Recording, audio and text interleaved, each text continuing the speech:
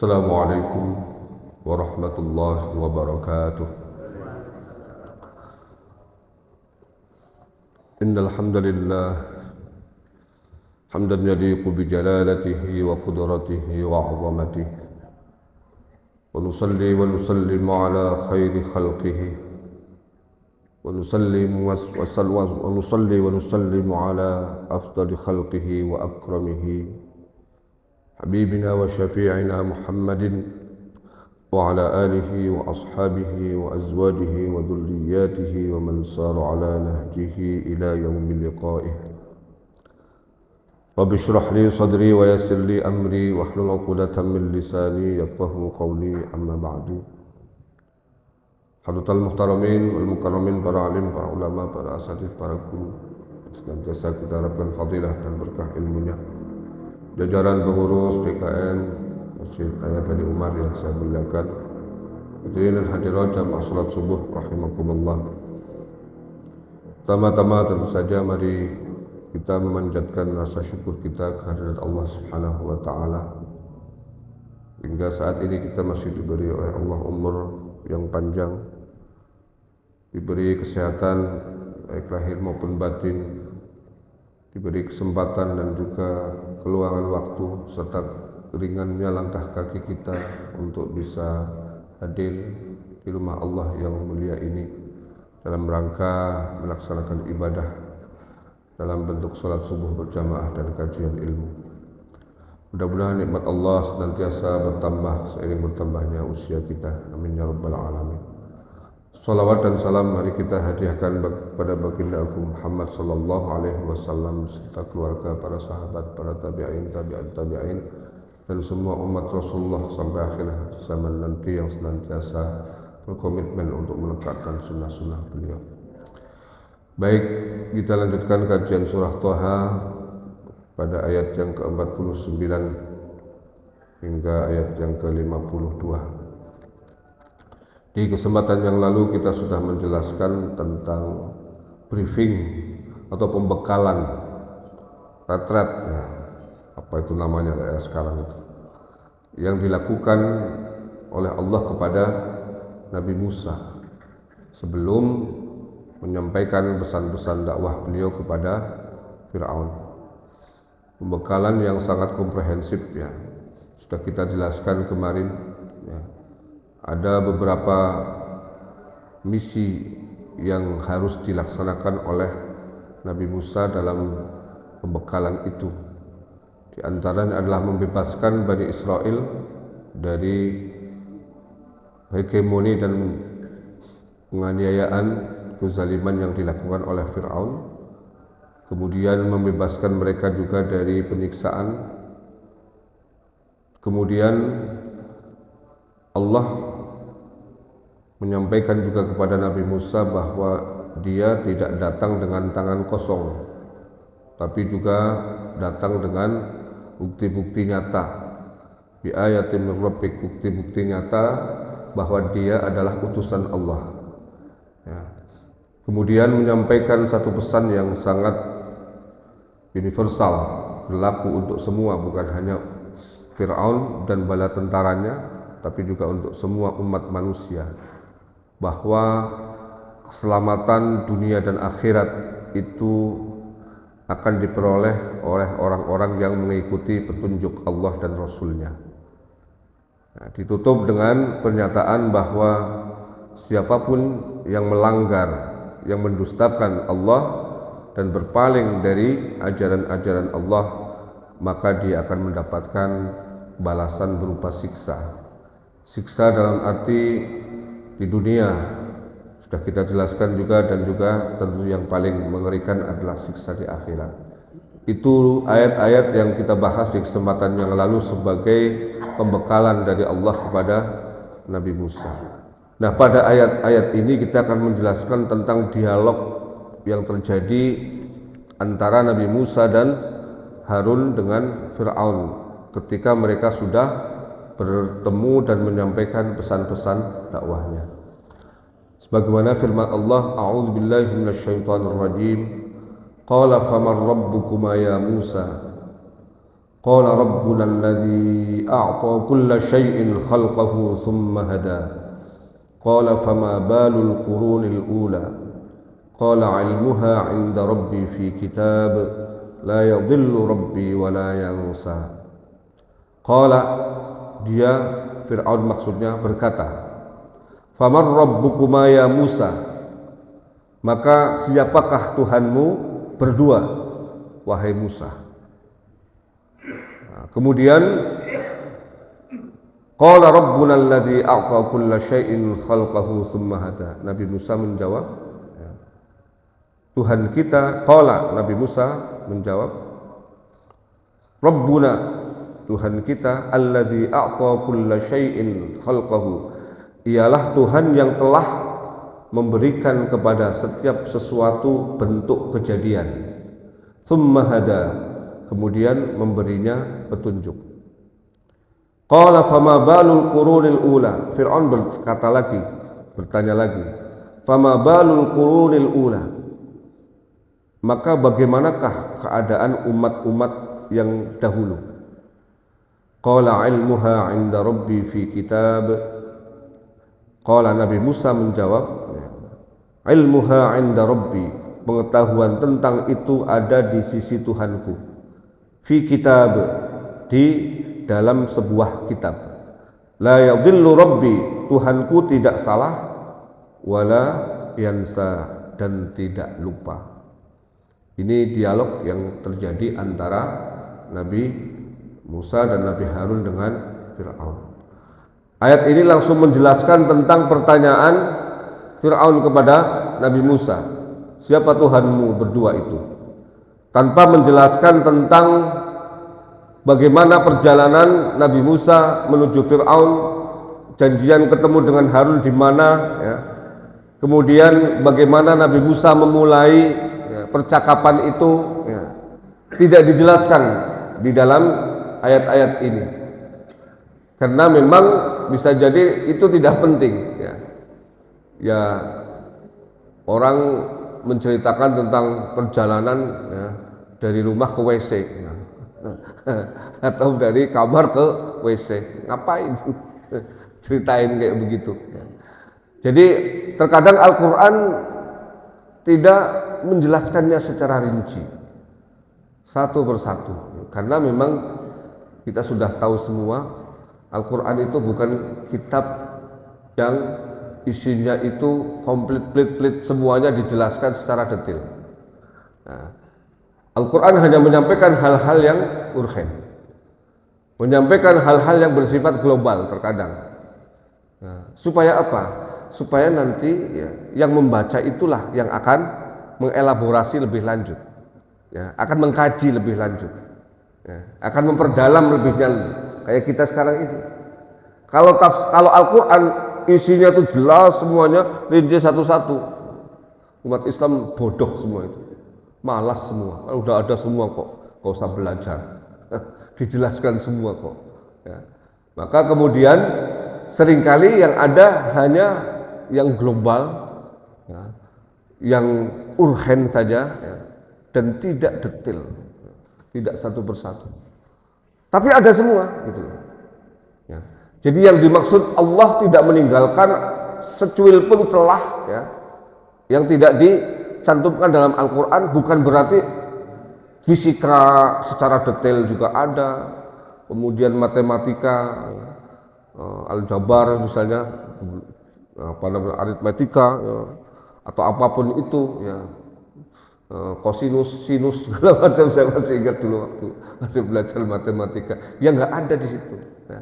Yang ada hanyalah isyarat tentang adanya bilangan matematika.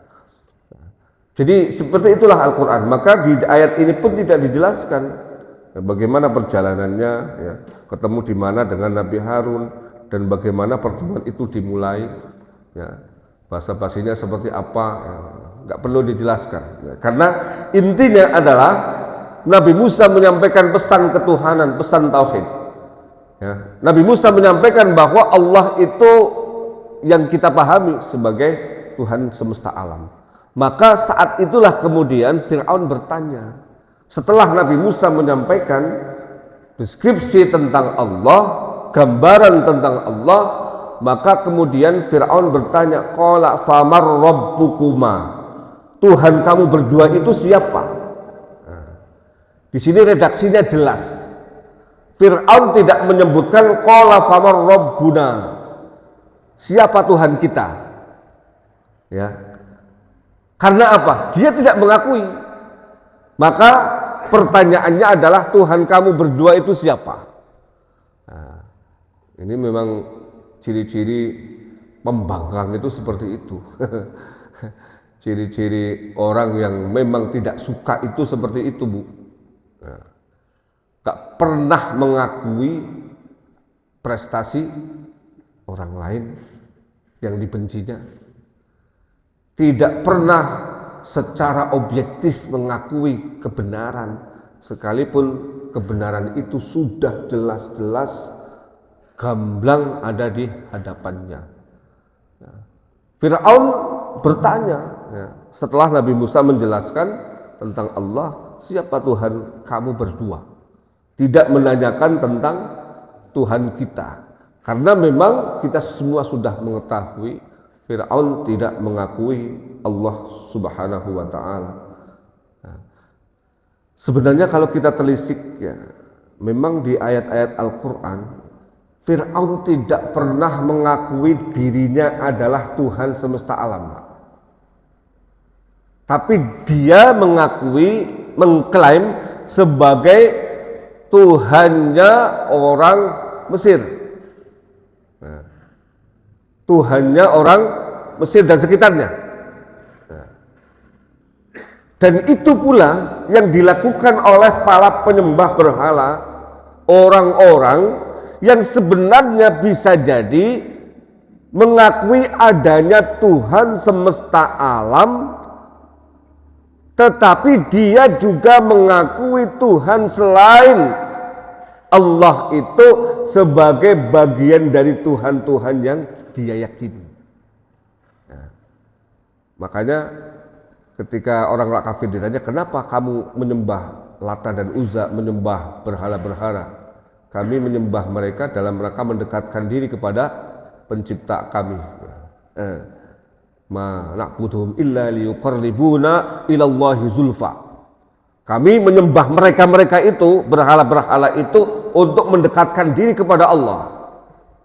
Ya, jadi pada dasarnya mereka itu menyatakan ada Tuhan yang berkuasa secara absolut, tetapi cara mereka menyembah Allah itu keliru dengan cara menyembah perantaranya, menyembah pihak yang lain untuk sampai kepada Allah. Ini problemnya di situ. Fir'aun juga sama, sejatinya dia tidak mengaku saya ini Tuhan semesta alam, saya ini hanya Tuhan Mesir dan sekitarnya. Kalau kalian ingin menyembah Tuhan semesta alam, sembahlah aku sebagai perantara menuju Tuhan semesta alam. Ini problemnya kan di situ. Maka menyembah Allah itu memang nggak boleh ada perantara, Pak. Maka la ilaha illallah itu kan tujuannya itu. Kenapa ada nafi, ada tidak, kemudian kecuali. Nafi dan isbat itu kan ada nafi dan isbat itu tujuannya untuk apa? Untuk menegaskan tentang Allah itu satu-satunya Tuhan yang berhak disembah. Dan Allah itu tidak punya saingan, walaupun itu saingannya saingan yang tidak level gitu loh. Ya kan? Satunya pencipta semesta, satunya menciptakan semut aja kan nggak bisa, kan nggak level. Ya.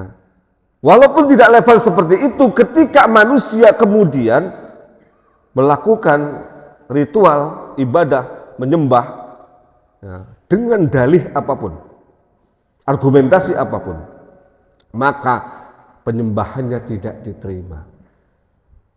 Ini yang perlu kita tegaskan. Tanzih namanya, penyucian Allah dari hal-hal yang tidak layak untuknya, dan juga menyingkirkan semua, ya, Tuhan-Tuhan selain Allah Subhanahu wa Ta'ala yang bisa jadi menggerogoti mindset kita. Memang kita tidak menyembah, bisa jadi ada yang tidak menyembah Allah, tidak menyembah selain Allah. Tapi dalam prakteknya dia meragukan Allah. Ada nggak Pak yang begitu? Ya kan? Ragu sama Allah. Giliran nama calon mertua kagak ragu.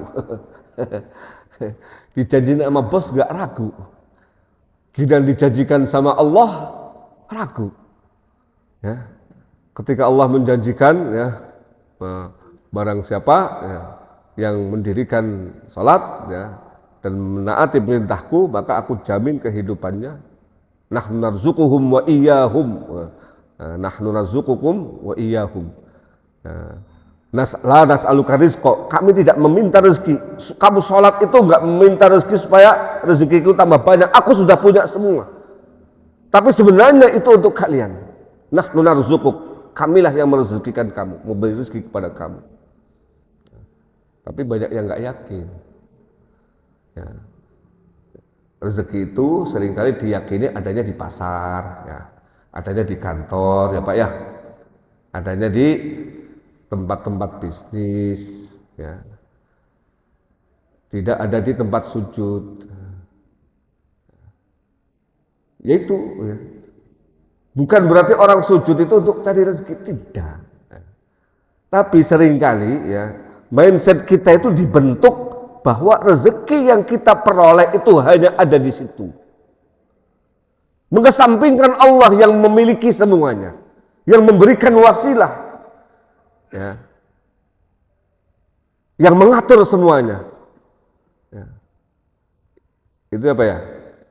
Coba Pak lihat tuh orang-orang yang siang malam itu nyari duit terus, nggak berhenti-berhenti sampai sakit-sakitan, sampai nggak sholat sampai nggak sempat ingat Allah. Itu apa? Pikiran mereka itu apa? Pasti ketika ditanya kenapa nyari rezeki,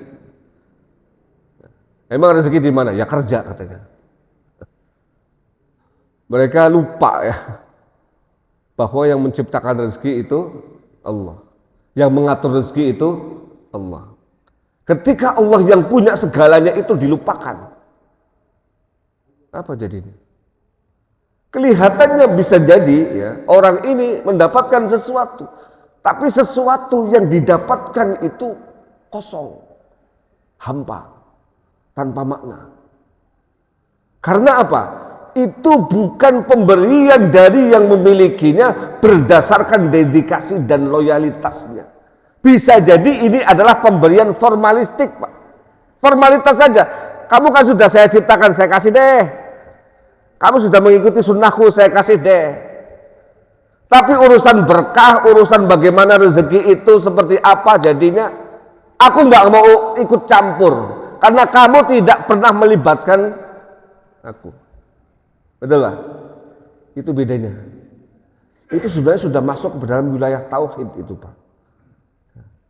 Jadi melibatkan Allah itu bukan semata-mata bahwa Allah itu begitu Allahu Akbar jeblek 1 miliar, tidak. Tapi melibatkan Allah di dalam apapun yang kita lakukan termasuk urusan rezeki, itu implikasinya amat sangat luar biasa. Mungkin Bapak dan Ibu sebagian besar sudah merasakan bagaimana rezeki ya, yang didapatkan karena kita taat kepada Allah. Kita nyari rezeki, sholat jalan terus, ngaji Quran alhamdulillah, ya, belajar terus, ya. Bakti kepada orang tua oke, pada saudara, kepada tetangga, kepada siapapun silaturahmi jalan. Itu pasti beda. Ya. Maka penanaman tauhid ya tentang bahwa Allah itu satu-satunya Tuhan itu bukan semata-mata dalam bentuk sembahan-sembahan fisik, tapi juga mindset pikiran kita, paradigma kita itu harus kita sucikan, kita bersihkan dari hal-hal selain Allah yang dimana itu pasti akan mengganggu ritme kita dalam kehidupan ini. Percaya deh Pak, orang kalau dalam hidupnya ya, masih ada keraguan terhadap Allah, itu pasti nggak pernah bahagia. Orang kalau masih mengandalkan manusia, itu dia pasti murung. Hidupnya itu seringkali ya, didera oleh kemurungan, kemalangan, penyesalan, ya. Karena salah, ya. Cara mereka bertauhid itu keliru. Ya. Saya pernah menyampaikan bagaimana orang-orang hebat itu membuktikan tentang Allah itu memang betul-betul zat yang memiliki segala-galanya dan bisa melakukan apapun yang dikehendakinya. Ibrahim bin Adham pernah saya ceritakan, udah lama ini, Ibu ya. Kita cerita tauhid ya, implementasinya di dalam kehidupan. Sebab apa? Seringkali Pak, la ilaha illallah kita ucapkan tiap hari. Nah, tapi prakteknya bolong-bolong gitu. Dan celahnya kadang besar, lubangnya besar. Kalau celah kecil, bocor halus nggak masalah. Ya. Tapi kalau bocor besar itu repot. Nah, Ibrahim bin Adham ya, itu pernah Pak ingin membuktikan bahwa Allah itu memberi rezeki kepada siapapun, bahkan di satu tempat, di satu kondisi yang menurut akal manusia itu tidak mungkin terjadi.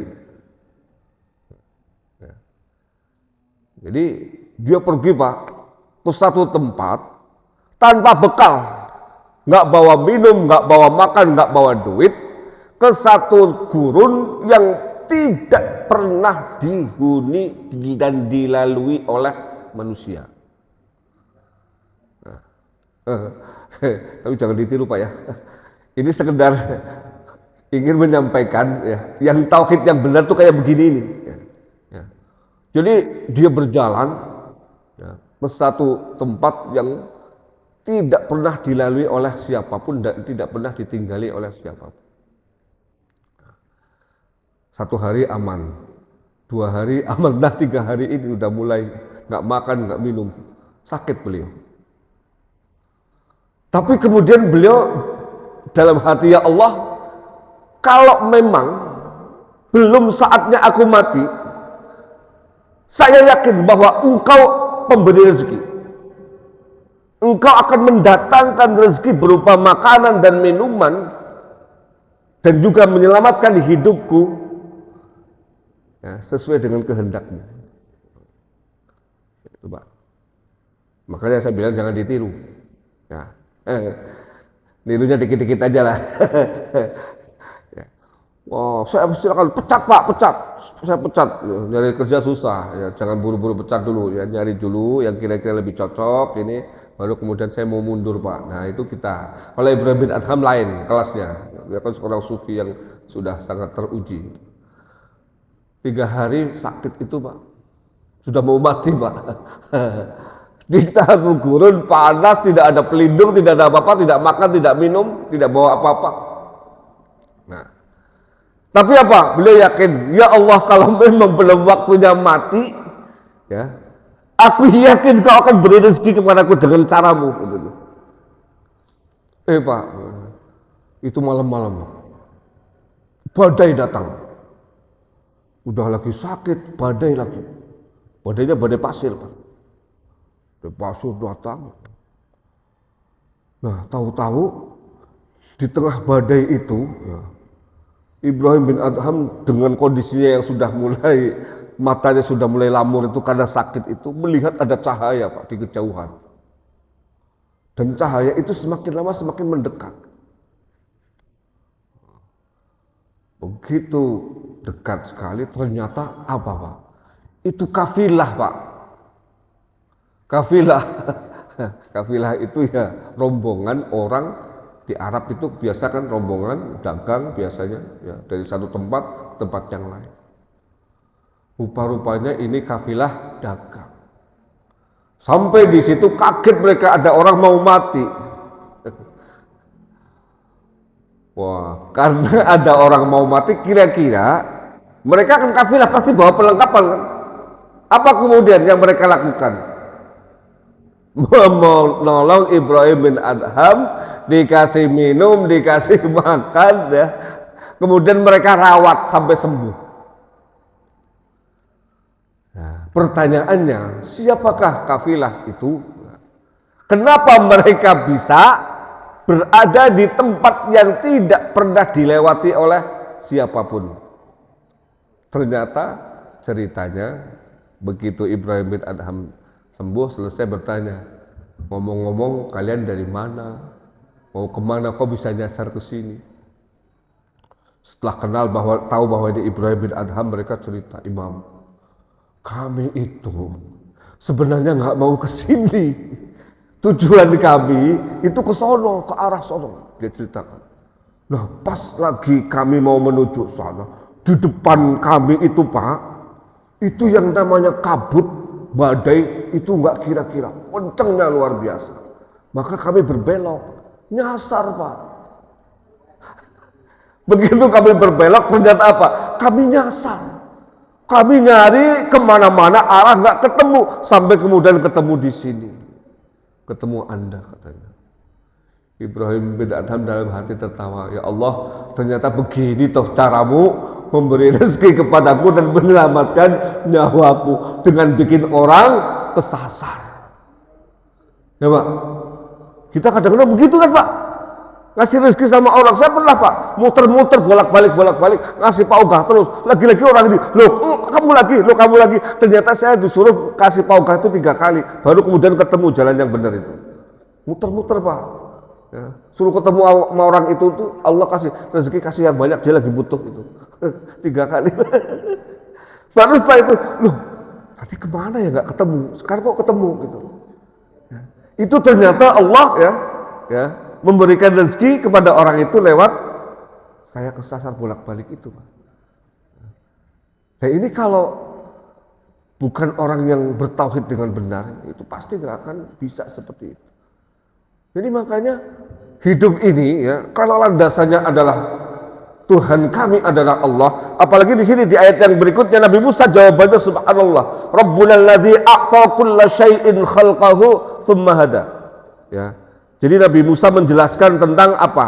Ciri-ciri dari Tuhannya, yaitu Allah kita yang kita sembah semua. Yang pertama, Allah menganugerahi wujud bagi semua yang wujud. Ya. Wujud semua ini adalah ciptaan Allah. Yang kedua, menciptakan sesuai dengan bentuknya masing-masing, sesuai dengan fungsinya masing-masing, sesuai dengan karakternya masing-masing, sesuai dengan kondisinya masing-masing. Itu sudah ada takarannya Pak, sudah ada ukurannya. Ya. Inna kulla syai'in khalaqnahu biqadar. Ada ukurannya. Makanya tauhid ini di sini. Mengapa ya, kita ini hidup ya, dan eksis survive sampai sekarang karena ukuran itu, timbangan itu stabil, timbangannya itu sesuai, selaras, sehingga hidup ini berjalan saling membutuhkan, saling berbagi, saling mengisi. Semua orang butuh kepada yang lain karena Allah ciptakan seperti itu. Makanya ini juga harus sebenarnya mempertebal keyakinan kita Pak, bahwa kenapa Allah ciptakan kuli, karena ada proyek. Dan bayangkan kalau ada proyek nggak ada kulinya ya. Atau kuli semua nggak ada proyeknya, jalan nggak hidup ini Pak.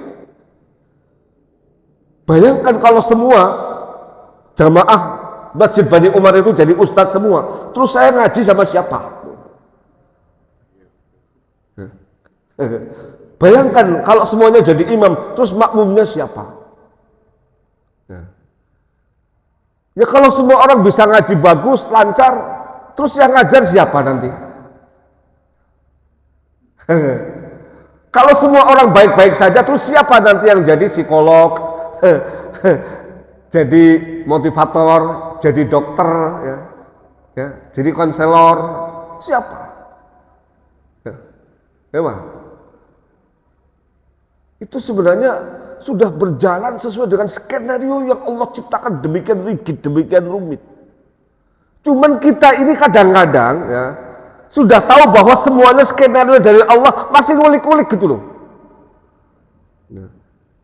Sehingga apa? Hidupnya itu nggak pernah tentram, hidupnya nggak pernah bahagia. Kenapa? Masih ngulik-ngulik masa depan. Nanti gimana ya? Nanti gimana ya? Emang gimana? Menurut lu gimana? Tahu nggak? Ya. Menurut lo gimana? Nggak tahu juga.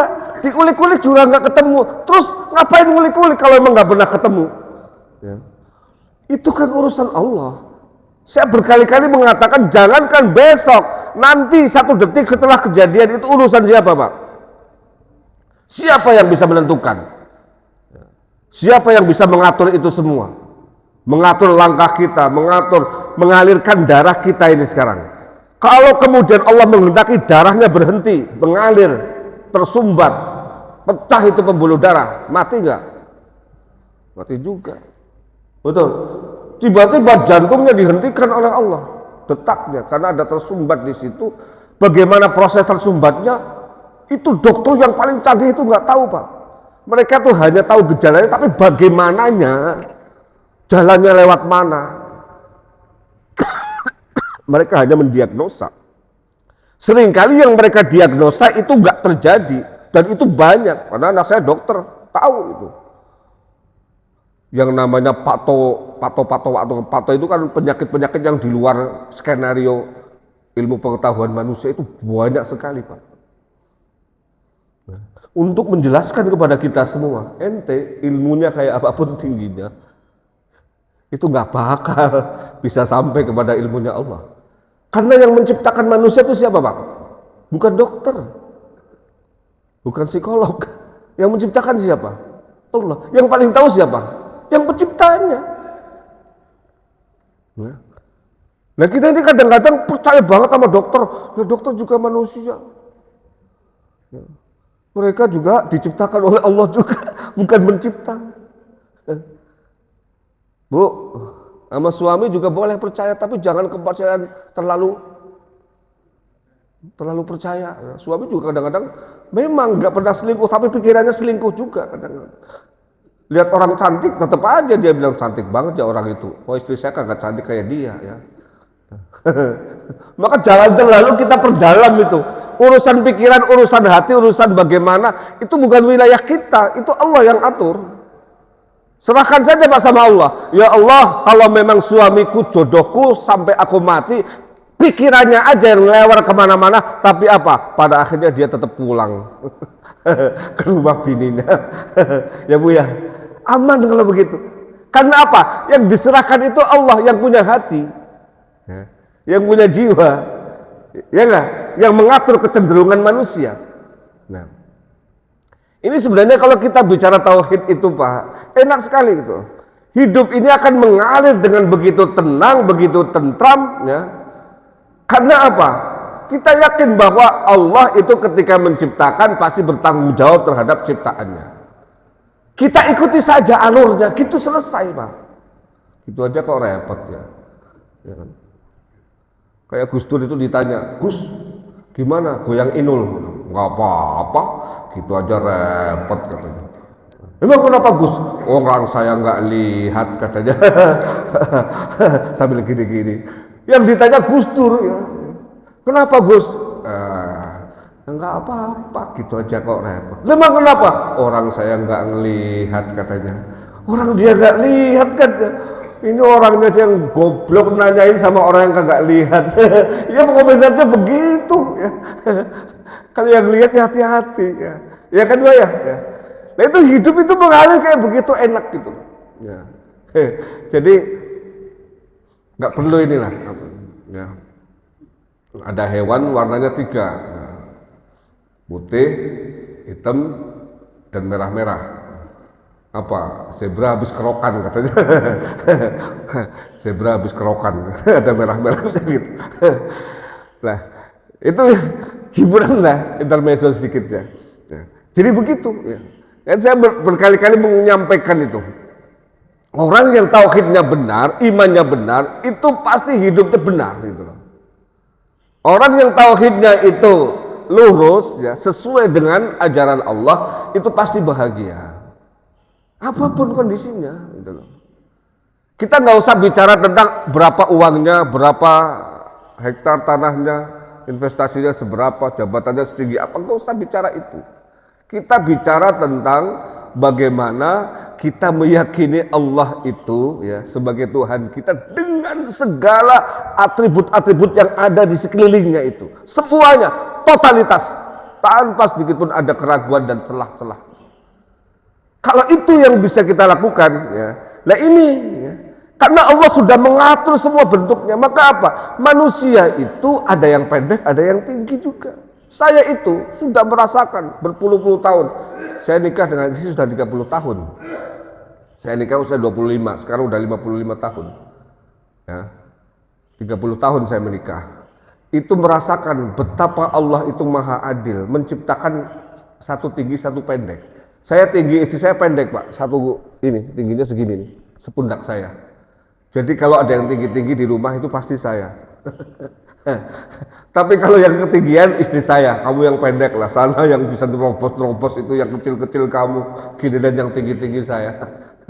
Anak saya ada yang ikut bapaknya, ada yang tinggi, ada yang pendek. Coba kalau pendek semua, repot juga gitu kan. Di rumah kalau nggak ada saya siapa coba? Itu sampai listrik kalau anjlok ada yang bisa nyampe saya sama anak saya yang kedua. Yang lain nggak nyampe karena apa? Pendek-pendek kayak ibunya, yang dua orang itu. Jadi itu jadi ciptaan Allah dengan berbagai variannya itu ya.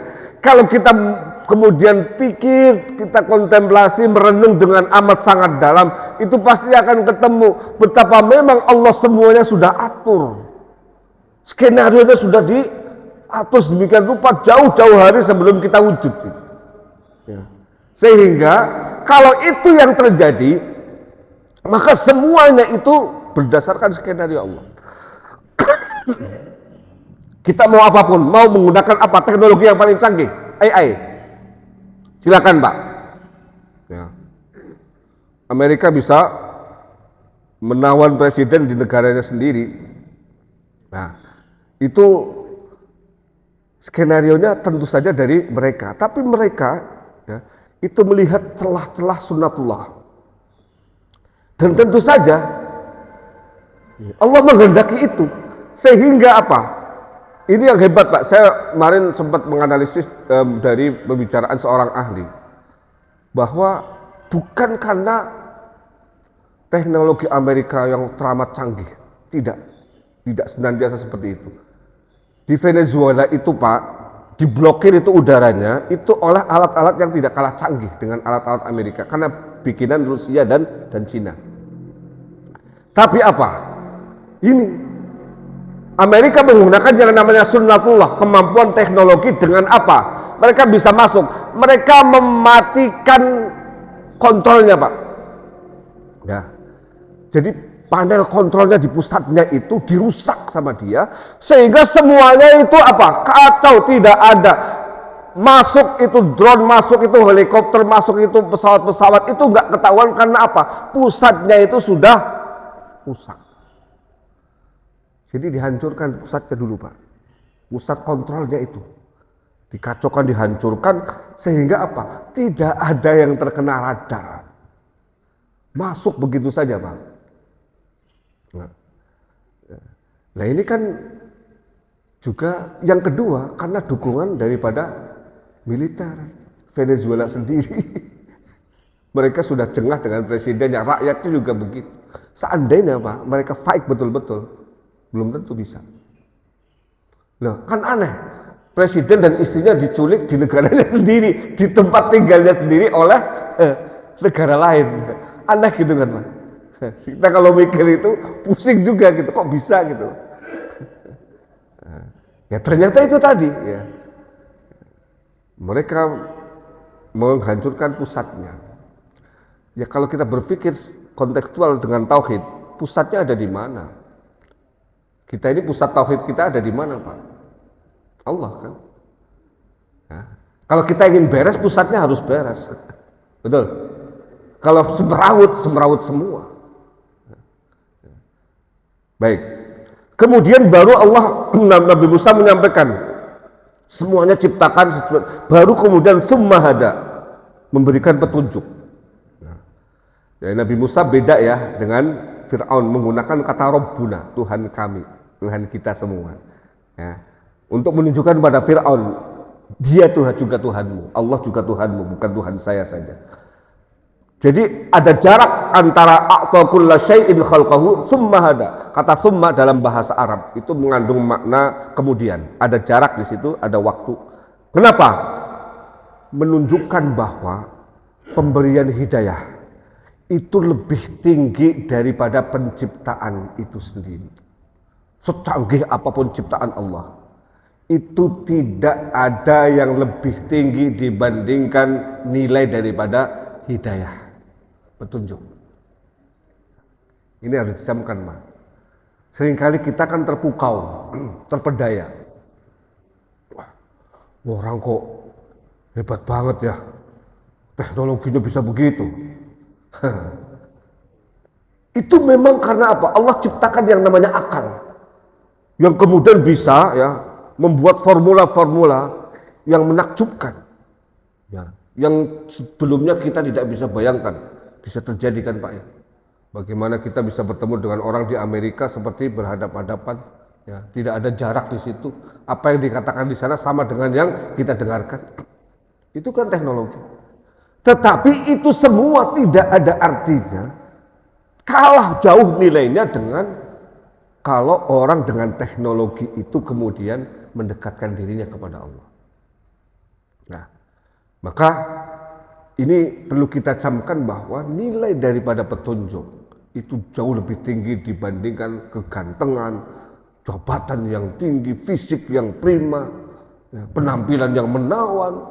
Apapun itu, mobil yang paling mewah, rumah yang paling megah, istana yang tidak ada batasan kamarnya, saking banyaknya.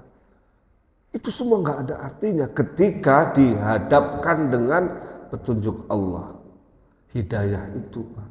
Maka saya seringkali menyampaikan, kalau Allah sudah pilihkan kita ada di tempat, ada dalam kondisi, ada dalam komunitas, lingkungan di mana kita ini sering-sering menyebut nama Allah, kita sering-sering mengingat Allah, kita sering-sering menyebut nama Nabi, kita sering-sering mengingat keagungan dan keutamaan daripada Allah Subhanahu wa taala.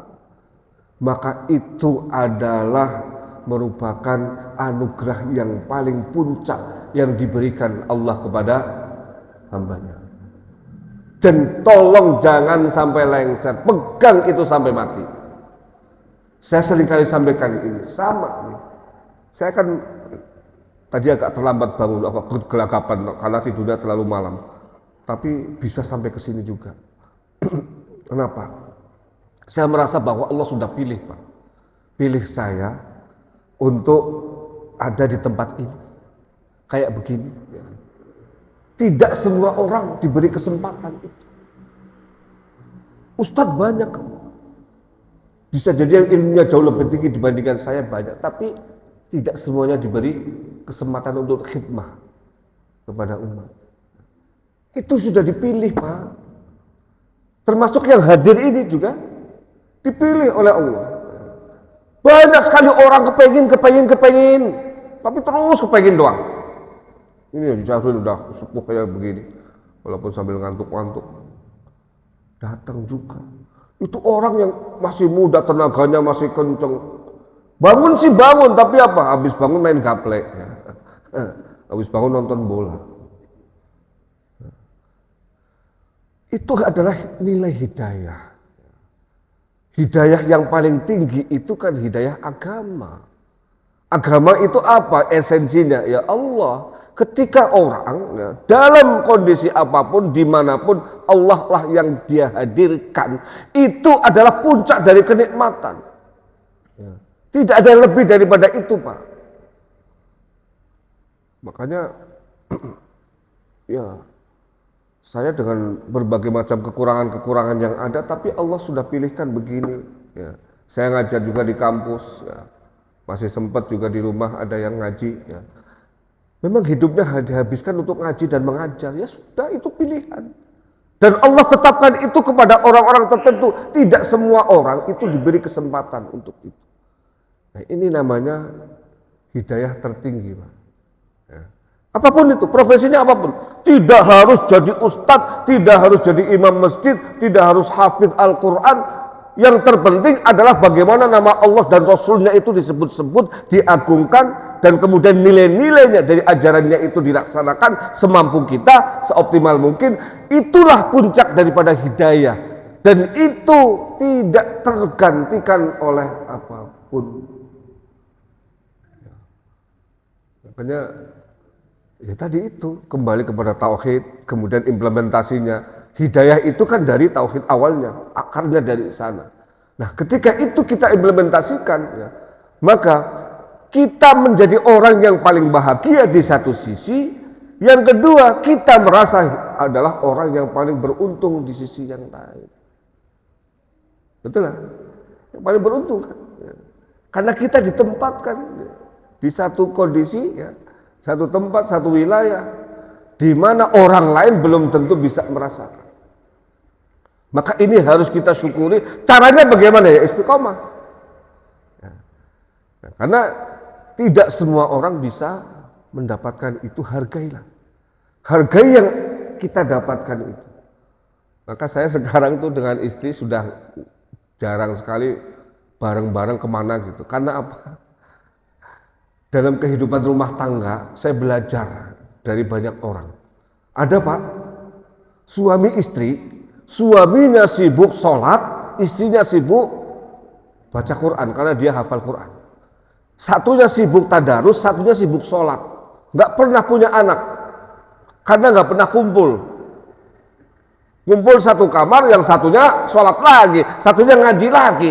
Nah terus kapan ngulik-nguliknya? Nggak sempet. Itu sampai mati Pak. Ada, saya dapat cerita nih dari seorang kiai. Ada suami istri sampai mati, nggak punya anak, bahkan nggak sempat kumpul. Sibuk dengan urusan Tuhannya masing-masing, dalam arti satunya pakai sholat, satunya ngaji. Dan itu langgeng sampai mati dua-duanya. Konon kuburannya harum semua dua-duanya Pak. Saya usia sekarang itu sudah 55 tahun. Istri saya sudah, kakinya sudah, yang sebelah kanan jalannya udah susah. Saya bulan depan mau ke Cina, saya ajak nggak mau karena kakinya sakit gitu. Kalau saya urusan kampus gitu. Jadi saya kemana-mana sekarang sendiri, ya. Istri saya sendiri. Tapi apa? Saya juga ngurus kampus, ngurus umat, dia ngurus majelisnya di rumah. Santrinya ada 200 Pak. Yang santri Kalong, ya. Yang santri yang itu 4 urusan saya, yang di rumah cuma 4 orang. Tapi dia dari bangun tidur sampai tidur lagi, di kepalanya hanya ngurus anak mau ngaji, ya, bagaimana mereka bisa ngaji. Saya kemudian berpikir, mungkin ini jalan hidup yang Allah tetapkan. Saya sudah tidak bisa mesra-mesraan lagi dengan istri, karena menurut Allah sudah cukup. Sudah 30 tahun Anda bermesra-mesraan. Sekarang waktunya Anda bermesra-mesraan dengan Allah. Saya dengan dunia saya, istri dengan dunia istri, tapi tujuannya sama. Ya. Terkadang begitu Pak. Maka saya sekarang menikmati. Awal-awal saya kaget. Lihat suami istri orang kemana-mana bareng berdua nempel, udah tua pun masih nempel. Kok saya nggak bisa? Saya awal-awal sempat suka marah. Kamu tuh ngurusin orang terus, nggak pernah ngurusin saya. Awal-awal saya protes. Karena suami kan begitu. Egonya kan tinggi. Tetapi setelah saya cerna kemudian iya ya. Dia dipilih oleh Allah juga untuk menjadi panutan di warganya. 200 orang ngaji sama dia. Banyak yang datang, terus sekarang tambah banyak terus. Dipilih oleh Allah untuk ngurus umat. Saya juga dipilih oleh Allah untuk ngurus umat. Kalau kemudian intensitas komunikasi saya dengan dia berkurang secara fisik, ya, itu barangkali cara Allah. Ya, memilih ya kita ini untuk fokus. Karena usia seperti itu tuh, yang-yangan itu, aduh, ya bele-belean itu udah beda Mas. Ya Pak ya, ini sudah merasakan semua gitu kan. Ya. Jadi bahkan untuk urusan-urusan suami istri hubungan pun sudah diarahkan kepada ketaatan kepada Allah. Ketika kemudian saya cerna, oh iya, saya banyak contoh Pak, banyak contoh suami istri yang jalan sendiri-sendiri dan menikmati kehidupan itu karena apa? Kedua-duanya meyakini bahwa jalan yang ditempuh itu yang Allah pilih, petunjuk Allah itu, hidayah itu. Ya. Kiainya anak saya juga sama, istrinya itu wakil dekan, sibuk kadang-kadang sering ke luar negeri, suaminya ngurus santrinya, ya. Tapi santrinya cabangnya di seluruh Indonesia ada. Jadi apa? Istrinya ke luar negeri, suaminya keliling Indonesia, ya. Ngurusin pesantren, yang satunya ngurusin kampus. Jalan sendiri-sendiri. Tapi bahagia dua-duanya. Karena apa? Kedua-duanya yakin bahwa ini jalan yang Allah pilih, ya, untuk mendekatkan diri mereka di usia senja menjelang kematian itu. Karena seperti itulah ya Pak. Hidup yang paling berarti kan ketika apa? Ketika kita dipilih oleh Allah untuk mengabdikan hidup kita kepada orang lain. Betul lah? Bukan untuk diri kita. Ya. Jadi ini yang dimaksud tummahada itu tadi ya. Hidayah ya. Dan banyak orang berbeda-beda. Ada yang kemudian diikatkan hatinya dengan masjid. Ada yang ini Pak Bambang pembina MRBJ itu kalau cerita sama saya sering kali nangis ya. Karena apa? Dia nggak menyangka bahwa kepengurusan dia bisa mencapai prestasi itu, tapi pernah curhat moncarnya MRBJ begitu menjulang dengan prestasi-prestasinya yang luar biasa, tapi tidak berbanding lurus dengan ekonominya dia. Itu pernah curhat. Begitu saya kasih solusi dia nggak mau, biarlah Allah kelihatannya sudah memilih saya untuk fokus ke masjid, bukan fokus ke ekonomi lagi. Sambil berkaca-kaca dia itu. Berarti Allah sudah pilihkan jalan hidup saya untuk masjid, bukan untuk urusan duit. Karena saya sudah tua, beliau sudah 70 tahun lebih, ya. Sudah merasa cukup. Ya. Ini sambil berkaca-kaca saya kemudian Bapak nih, mungkin lebih beruntung daripada saya. Bapak itu bisa fokus 24 jam di masjid, saya belum tentu. Itu sudah dipilih oleh Allah Pak. Jalan hidup yang Anda tempuh itu jangan disesal. Enggak, saya enggak nyesal. Saya enggak nyesal ekonomi saya terpuruk sekalipun, saya enggak nyesal. Karena kelihatannya memang seperti itulah skenario Allah. Sehingga saya tidak sibuk lagi urus yang lain. Diminta untuk fokus ke sini. Jadi kadang begitu Pak. Ketika Allah pilihkan sesuatu yang tidak dipilihkan oleh Allah itu jadi jelek gitu. Ya, itu orang kesayangan Allah. Nah, inilah hidayah Pak. Nah, hidayah yang terkadang orang nggak sadari gitu. Hal seperti ini. Ya. Ketika tadi itu kok saya nggak sehat lagi, wah kaki saya ataupun apalah tangannya atau apapun yang berkurang fungsinya, bisa jadi sebenarnya itu cara Allah untuk mengurangi kita jalan-jalan. Suruh banyak diam di rumah zikir, ingat mati. Ya kan? Uzkuru hadimal ladzat itu perintah Nabi. Ya. Banyak-banyaklah mengingat yang menghancurkan kelezatan. Apa itu kematian? Ya. Karena disitulah sebenarnya kita akan menemukan kesejatian hidup ini. Baik, terakhir barangkali 2 ayat lagi. Fir'aun masih belum puas dengan jawaban yang menurut saya sudah sangat komprehensif menggambarkan Allah. Terus apa? Dia ingin mengalihkan pembicaraan. Kalau begitu orang-orang yang di masa lalu bagaimana? Ya. Nenek moyangnya yang salah, yang menyembah selain Allah tuh gimana? Nah, ini kan Fir'aun ingin mengatakan seolah-olah bahwa Tuhan kamu Allah yang kamu anggap benar itu, terus kalau yang nenek moyang kita dulu-dulu yang salah itu bagaimana? Nah, bagaimana menurutmu? Nah, apakah mereka juga tidak pernah disampaikan tentang Allah itu seperti yang disampaikan kepada saya? Ini seolah-olah Fir'aun ingin mengalihkan pembicaraan untuk menunjukkan kekurangan dan kesalahan Nabi Musa, bahwa yang kamu lakukan kan sekarang, terus yang dulu tanggung jawab kamu apa, gitu kan? Ini biasa orang-orang kalau sedang berdialog, berdebat, kemudian merasa bahwa argumentasinya sudah mulai terdesak, sudah mulai kalah, ya, maka dia akan mencari apapun cara ya untuk bisa berkelit. Kalau bisa kemudian mengalihkan pembicaraan yang bisa jadi tidak sesuai dengan pembicaraan yang sedang dilakukan. Inilah yang dilakukan oleh Firaun. Nabi Musa menjawab dengan jawaban yang sangat-sangat argumentatif. Kalau urusan umat terdahulu itu bukan wilayah pengetahuanku. Qala ilmuha inda rabbi. Itu adalah wilayah ilmu Allah. Nah ya betul ya Pak ya. Masa 1000 tahun yang lalu kita suruh ngurusin, ketemu kagak ya, tahu juga enggak, informasi dari mana juga saya enggak tahu, kok disuruh tanggung jawab, kan aneh ya. Nabi Musa menjawab dengan tegas bahwa pengetahuan tentang apa yang terjadi di masa lalu itu bukan milikku, itu milik Allah. Apa? Fi kitab, dan itu semua sudah tercatat. Kitab itu maknanya apa Pak? Ada di sini maknanya apalah? Tercatat. Tercatat itu kenapa? Supaya tidak salah. Orang kalau punya kitab dan ada catatannya aman, betul Pak? Ya, termasuk catatan utang ini yang harus diperhatikan ini ya. Kalau catatan lain-lain silahkan, catatan apalagi catatan harian ya, tentang apa yang kita lakukan bisa salah. Tapi catatan utang tolong harus cermat ya. Yang kedua, tidak berubah karena dicatat.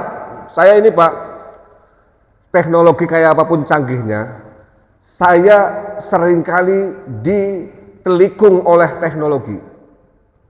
Saya waktu bikin disertasi pernah itu hilang filenya Pak, 1 bab.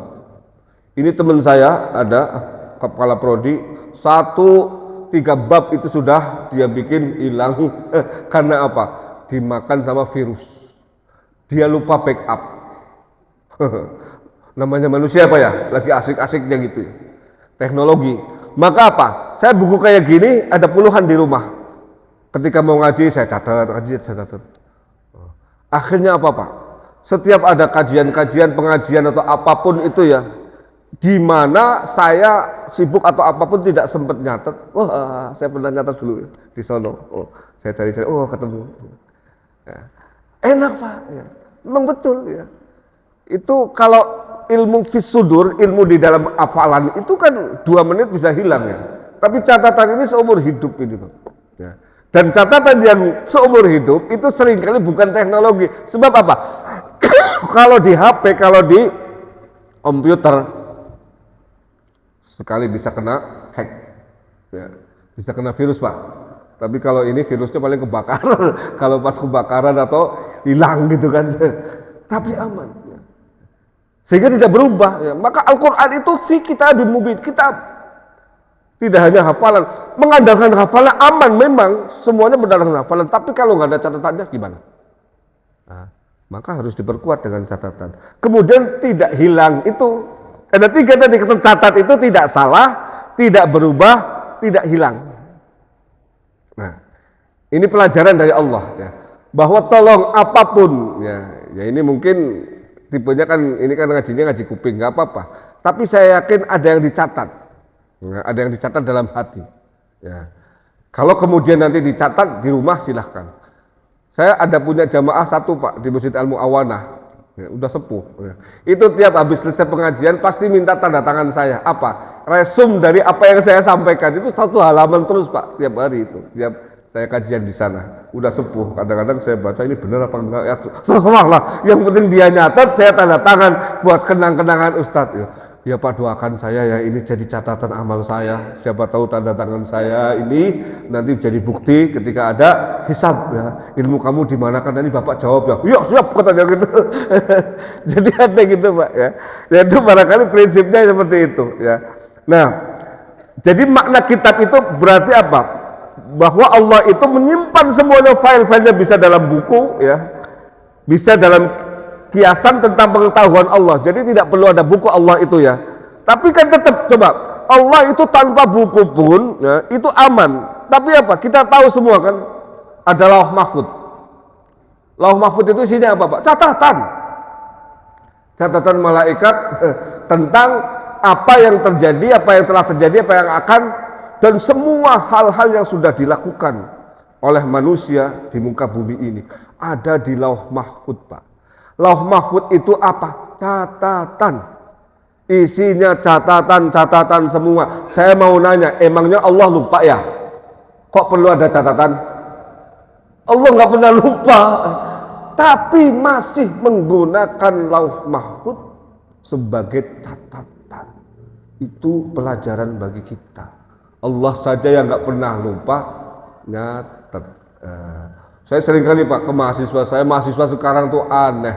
Kalau dikasih kuliah tuh bengong aja. Minta tanda tangan sama saya Pak, nggak bawa pulpen. Kamu itu minta tanda tangan nggak bawa pulpen, ya, dosennya suruh nyari pulpen sendiri. Karena apa? Anak sekarang kemana-mana yang dibawa apa Pak? HP. Laptop nggak mau dibuka, malas dia. Kadang-kadang bawa laptop, tapi nggak mau dibuka. Ngajar, diajar bengong aja, nyatet, kagak, tapi malah mocok, lihat TikTok, lihat Instagram sambil cekik-cekik begitu. Isinya nggak ada yang dicatat. Begitu dikasih ulangan, apa yang kita sampaikan semuanya keluar dari apa yang kita sampaikan. Jawabannya ngawur semua. Itu banyak Pak sekarang. Ya, itu catatan ya, bahwa Allah saja ya itu mencatat semua bagaimana kita. Nah, pelajaran dari Allah ini ya, mudah-mudahan ya, kalau untuk pengajian seperti ini memang tidak harus Pak ya. Tapi paling tidak kalau berulang-ulang itu kan insya Allah dicatat di dalam kepala kita ya. Dan nanti kalau misalnya suatu waktu ingat ya bisa ya dicatat di dalam buku ataupun di mana. Karena memang catatan dalam buku terutama ya, saya masih percaya dengan hal-hal yang bersifat konvensional. Kitab kuning ya itu dibaca dengan kertasnya sama di depan komputer itu jauh sekali berbeda. Ya, di depan komputer baru 1 jam udah pusing ini ya, mata sudah mulai berkunang-kunang. Tapi kalau langsung ya dengan kertasnya itu bisa berjam-jam tidak ada masalah. Jadi tetap saja ya catatan ya dalam bentuk teknologi silakan, tapi konvensional itu tetap pasti akan bermanfaat, apalagi untuk hal-hal seperti ini. Baik, sudah hampir 1 jam kita menyampaikan. Itu barangkali dialog yang terjadi antara Nabi Musa dengan Fir'aun ya, yang di sini didampingi oleh Nabi Harun alaihissalam. Banyak hal yang bisa kita petik. Mudah-mudahan kita bisa mengimplementasikannya, terutama saya sendiri selaku pembicara. Silakan kalau ada yang ingin ditanyakan, silakan Pak. Waalaikumsalam warahmatullahi wabarakatuh. Berkaitan dengan Al-Quran, sejak dari Nabi, kalau kita baca Al-Quran, sejak dari Nabi Adam dan para Nabi berikutnya, itu kan sudah ada doa-doa yang di dalam Al-Quran sudah disebutkan. Berarti Al-Quran sudah turun sejak dari Nabi Adam sudah ada berarti. Padahal kalau kita baca di Asbabun Nuzul, itu kan sejak Rasulullah umur 40 tahun baru kita wahyu. Nah, gimana konteksnya dengan masalah satu? Terus kedua, kita kan juga sudah mengimani kitab-kitab sebelumnya dalam beriman. Dan berarti kan Allah juga menurunkan agama-agama sebelumnya seperti Injil, Zabur, Taurat. Kita kan sudah mengimani juga. Nah, bagaimana ada konteksnya dengan kita mengimani itu? Padahal pada saat itu agama Islam itu sudah ada, Nabi ada, sudah ada sejak ada diturunkan ke muka bumi. Mohon penjelasannya. Ya. Baik, pertanyaan yang bagus ya. Doa bahkan dari Nabi Adam, Rabbana zalamna anfusana wa illam taghfir lana wa tarhamna lanakunanna minal khasirin. Doa Nabi Ibrahim itu banyak sekali dalam Al-Qur'an, doa-doa Nabi yang lain. Jadi begini Pak, Al-Quran itu ketika menyampaikan ayat-ayatnya itu ada beberapa jenis ya, kaitannya dengan penyampaian informasi. Ada yang memang menceritakan sesuatu ya, yang memang berkaitan langsung dengan Allah ya, seperti inni anallahu la ilaha illa ana misalnya, sesungguhnya aku adalah Allah, tidak ada Tuhan selain aku. Itu berarti sedang menceritakan Allah sendiri. Yang kedua, menceritakan Allah tapi dalam bentuk informasi pembelajaran. Qul huwallahu ahad, katakanlah. Hei Muhammad, katakanlah Tuhanmu, Tuhan adalah tunggal, esa. Itu kan menceritakan Allah juga, tapi dalam konteks mengajarkan kepada Nabi Muhammad, tidak langsung. Ada juga yang menceritakan kejadian-kejadian ya, yang saat itu terjadi dengan redaksi yang seolah-olah kejadian itu kejadian nyata yang terjadi pada saat diturunkannya Al-Quran. Seperti kisah Nabi Yusuf itu coba kalau digambarkan dari awal, itu seperti betul-betul kisah nyata yang sedang dideskripsikan, diceritakan kepada anak. Misalnya kita sedang mendongeng, dulu kala ada begini. Ya. Itu kisah yang disampaikan Al-Quran seolah-olah terjadi pada masa Nabi Muhammad, tetapi sebenarnya terjadi di masa Nabi Yusuf. Ya. Nah, yang Bapak tanyakan tadi itu termasuk doa. Itu ada doa yang dijelaskan atau disampaikan sesuai dengan konteks saat itu kejadiannya. Seperti Nabi Sulaiman ketika fatabas sama hikam min qauliha, Nabi Sulaiman lewat dengan bala tentaranya tiba-tiba mendengar ada semut besar ya, ratu itu yang menyampaikan masuklah kalian ke liang lubang-lubang supaya pasukan Sulaiman enggak menginjakmu. Itu Nabi Sulaiman dengar kemudian berdoa, Rabbi auzi'ni an ashkura ni'mataka allati an'amta alayya. Itu kan beliau berdoa. Itu menceritakan tentang kondisi seolah-olah Al-Quran hadir saat itu. Nah, ada yang seperti itu, tapi juga ada yang doanya berupa pengajaran. Rabbana innaka jami'ul nasi la raiba fi Rabbana innana sami'na munadiyan yunadi lil imani an aminu. Itu kan bukan kondisi langsung, tapi itu pengajaran dari Allah. Gini loh cara doa. Nah, ada yang itu adalah doa dari Nabi Ibrahim, Rabbi ja'alni muqimas sholati wa min dzurriyyati misalnya, atau taqabbal doa dan seterusnya. Doa Nabi Ibrahim kan banyak sekali itu. Itu bukan berarti Al-Quran itu turun saat itu, bukan. Tapi Al-Quran ingin menggambarkan kondisi saat itu dengan berbagai bentuknya. Ya, clear ya, jelas ya. Karena memang Al-Quran itu sama dengan apa yang pertanyaan kedua tadi itu. Bahwa Al-Quran dengan Taurat, dengan Injil, dengan Zabur itu satu paket. Sama-sama turun dari Allah. Sumbernya satu. Ajarannya sama, tauhid. Ya, kan dalam Al-Quran sudah jelaskan itu. Nah, wa wassa bi Ibrahim wa Ishaq ya, syara'a lakum minad dini ma wassa bihi Nuhan wa Ibrahim dan seterusnya. Itu agama itu diwariskan ya dari masa dahulu. Rasul pertama katakanlah Nabi Nuh. Kalau Adam kan dianggap bukan rasul ya, karena untuk keluarga sendiri. Rasul pertama Nabi Nuh sampai kepada Nabi Isa, Nabi Muhammad, itu satu paket. Sehingga karena satu paket mengimani mereka menjadi sebuah keharusan. Cuman cara berimannya berbeda, Pak. Beriman kepada Al-Quran karena rinci kita baca ya, harus rinci. Tapi beriman kepada Taurat, Zabur dan Injil itu tidak harus rinci. Ya. Kamu iman nggak kepada Taurat? Iman. Taurat yang benar yang dari Allah loh, bukan Taurat yang dipalsukan sekarang. Iman nggak? Iman. Isinya tidak harus paham, tapi kita meyakini bahwa itu adalah kitab Allah. Tuh, Injil juga begitu, Zabur juga begitu. Jadi cara mengimaninya berbeda. Sama, mengimani 25 Nabi Rasul itu wajib. Tapi cara mengimaninya berbeda. Nabi sebelum Nabi kita, cukup kita mengimani bahwa mereka yang namanya disebut dalam Al-Quran itu betul-betul Rasul Allah. Selesai. Bagaimana kisah mereka, kehidupan mereka, tidak harus kita pahami secara rinci. Tapi kalau sirah nabawiyah, sejarah Nabi, masa bapaknya Nabi Muhammad kita nggak tahu, aneh itu. Ibunya nggak paham, aneh. Ya kan? Tapi kalau ibunya Nabi Musa nggak tahu, nggak masalah. Nah, itu beda. Ya. Jadi cara mengimaninya sudah berbeda. Ya, berbeda. Ya. Karena apa? Intinya dari ajaran kita, ya kita Al-Quran sebagai ajaran kan, nabinya Nabi Muhammad. Itu ya. Tapi yang lain-lain ya, itu pelengkap. Ya. Tetapi kita tidak boleh mengesampingkan nabi yang lain, tidak boleh membeda-bedakan antara nabi satu dengan nabi yang lain. Cara mengimaninya semuanya adalah para rasul yang Allah pilih, dan kita yakini itu adalah orang-orang terbaik yang Allah pilih. Begitu ya Pak. Baik, kita tutup dengan doa. اللهم صل وسلم على سيدنا محمد والحمد لله رب العالمين. اللهم اجعل جمعنا هذا جمعا مرحوما تفرقنا مع التفرق المعصوما ولا تجعل فينا ولا منا شقيا ولا محروما. اللهم ارزقنا علما نافعا قلبا خاشعا ولسانا ذاكرا ويقينا صادقا ورزقا واسعا مباركا وعملا صالحا متقبلا. اللهم انا نعوذ بك من علم لا ينفع من عين لا تدمع ومن نفس لا تشبع ومن دعاء لا يسمع. اللهم استجب دعاءنا واشف مرضانا وارحم موتانا ولا تخيب فيك رجاءنا واختم بالباقيات الصالحات أعمالنا. ربنا آتنا من لدنك رحمة وهيئ لنا من أمرنا رشدا.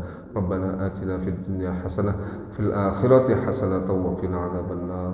والحمد لله رب العالمين. Kalau mohon maaf, Allah maafkan lakum. Assalamualaikum warahmatullahi wabarakatuh.